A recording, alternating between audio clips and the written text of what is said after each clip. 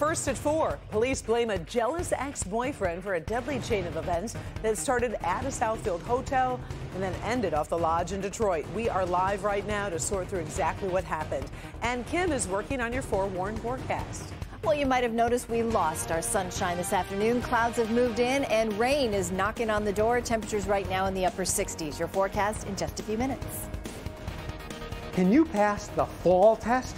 Certain factors increase our risk of suffering a devastating fall. I'll show you 2 simple tests to help you measure your risk right in your own home. Local 4 News starts now with a breaking news alert. Good afternoon, I'm Karen Drew. That breaking news is the investigation surrounding 2 shootings with deadly consequences. It all started outside the Marriott Hotel on Northwestern Highway in Southfield, where 2 people were shot. Police suspected a jealous ex-boyfriend was to blame. Now, their search led to the lodge near 7 Mile, and that's where Victor Williams is working the story for us right now. Victor, what's the latest? Well, first off, this is quite the chaotic situation. Right behind me is where this scene has remained the same for the last few hours, where police say this man was behind the wheel of a convertible Camaro with an assault rifle, leading to him being killed by police. But once again, all of this spans back to some earlier incident taking place at a hotel. Now, we're told that he was trying to get away from officers after allegedly shooting his girlfriend and her new boyfriend at the Detroit Marriott Southfield Hotel. Officers say that he was somehow able to track her there, waiting for her and her new companion to come out of the building, allegedly pulling out an automatic rifle, shooting both on site before speeding off in a dark-colored car.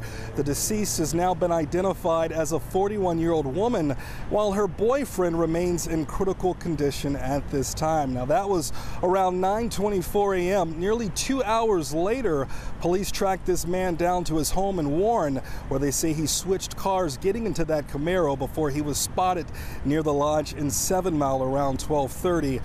When officers tried boxing him in to take him into custody, that's when they say he pulled out that gun and was killed almost immediately. This man, hoping not to be identified, saw it all. And I looked behind me and I seen 5 officers standing on top of a black Camaro, a drop-top Camaro. About 5 officers, guns pointed down at him, telling him don't move. And when he was getting ready to lift up his gun, they just fired at him and killed him. We know what an assault rifle could do. We know what he'd already done to his loved one and her companion. And as you just heard from the chief, officers were seemingly put in a position where they had no choice but to use deadly force. Coming up in less than an hour at 5 p.m., we'll be breaking down more on what the chief had to say. Victor Williams, Local 4. All right, what a chaotic scene. Thank you, Victor. We'll see you at 5. Michigan State Police investigating a shooting on Interstate I-96 on Detroit's west side. Sky 4 over the scene that played out in the eastbound lanes near Schaefer Highway. One person was shot twice and is in the hospital. Police found several shell casings on the road and a black Trailblazer with bullet holes. They took 2 people into custody. The circumstances are the focus of an active investigation. It was a somber back-to-school day for students and parents at Detroit's Marcus Garvey Academy. The school reopened this morning. It was closed for a deep cleaning since Wednesday after one kindergartner died and several kids got sick. Health officials believe it was an outbreak of a bacterial infection. One parent described being saddened by the death and hopeful the school has been cleaned up. It's hard to hear, it's heart-wrenching, but at the same time, I believe they did what they could. Autopsy results on the child who died are pending. The Focus Hope Center for Children also reopened today after its own deep cleaning, thanks to an outbreak of hand, foot, and mouth disease. Our weather's been much more comfortable the past few days. Some of us could actually see some showers, though, this evening. Forewarned meteorologist Kim Adams has a preview in your first forecast. Kim. Hi, Karen. Well, it's dry right now in Metro Detroit, but as we look at Exact Track 40 radar, we are starting to see some rain develop out to the west in Jackson and Lansing. It'll take it a little time to get here, so you have a couple more hours at least, especially if you live on the east side, because it will move from west to east. But Plan for at least a few scattered showers. As we put this all into motion, you can see the heavier rain still way back out south of Grand Rapids. So we've got a little bit of time, but if you have outdoor activities this evening, you could have a few quick showers, just rain showers. Temperatures will be dropping down into the mid-50s by midnight tonight. Tomorrow, though, that rain will be gone. We'll start with a few clouds in the morning, but look where our temperatures go tomorrow, all the way into the upper 60s, which is normal for this time of year. I'll have the rest of the week's forecast in just a few minutes. All right. Thank you, Kim. President Joe Biden trying to pressure airlines to do better when it comes to customer service. This afternoon, the president proposed new regulations to address flight disruptions that are the fault of airlines. He's pushing for more compensation, including cash in addition to refunds or amenities. The White House says the European Union requires additional compensation, and that has led to fewer flight delays. In the meantime, you can check the website flightrights.gov to see what airlines offer during delays. New at 5:30, Help Me Hank has more highlights from the proposal, reaction, and what comes next. Attorneys are giving closing arguments in the civil rape and defamation case against former President Donald Trump. Former columnist E. Jean Carroll arrived for court this morning. She says Trump raped her in the 1990s in a department store dressing room. Her attorneys say his comments on an Access Hollywood video show what he thinks about women and support their case. The former president's attorney called her claim an affront to the justice system and said Carroll is trying to profit from a false story. Trump never testified during the trial, but has always denied any wrongdoing. We'll keep you posted if there is a verdict. Now, more news from around the Metro Detroit area as we cover things happening in your communities. So we're going to start in Detroit with some upcoming road closures. Starting tonight, the Bridging North America project will temporarily close lanes on I-75 in the overnight hours. Tonight, the two right lanes of northbound I-75 will close between Springwells and Campbell, and that's from 7 p.m. to 5 a.m. Then, the two right lanes of southbound I-75 will close between Military and Clark Streets May 9th and 10th.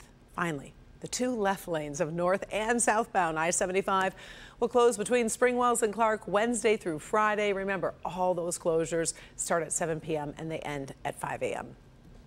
Now, let's move to Macomb County with a stop in the city of Warren. The police department there held a ceremony to honor officers who made the ultimate sacrifice in the line of duty. It's part of a national event known as Police Week. This was the first in-person ceremony since back in May of 2019 because of the COVID pandemic. And we've also been in Washtenaw County today with a visit to a historic firehouse over in Ypsilanti.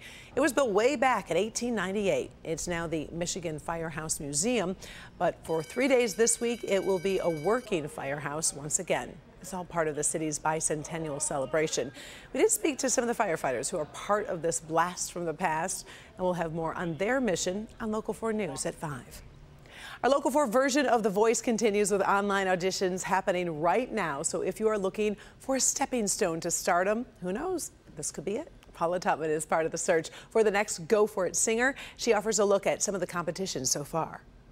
Okay, the clock is ticking. Only 2 more days to submit your online audition to become the next Go For It singer, and we're getting some good ones. The melody is easy. Brianna from Macomb Township belted it perfectly. With every step you take, every promise that you make and keep. We're looking for our new Go For It singer to win cash, receive coaching, sing live at the fireworks show, and perform our iconic Go For It jingle in our next promo shoot. And while it seems like we're giving a lot, we are, but we're getting so much in return just by seeing the talent in Metro Detroit, like Jeff from West Bloom. Looks like he saves lives for a living, and on the side, he gave us his own swag. Go for it. Go for it. Let's take a chance. We can do it if we dare. That's what we love. Because we all know the melody and the basic words, but we're looking for that something. Camila from Detroit was giving that jingle life. With every step you take, every promise that you make and keep, with every barrier you leap. So Metro Detroit, your turn. Bring it. Bring it with your style, your way. Paula Tutman, Local 4. The clock is ticking for those online auditions. The deadline is 11:59 p.m. on May 10th, which is Wednesday. You can see all the rules and requirements on our website at clickondetroit.com.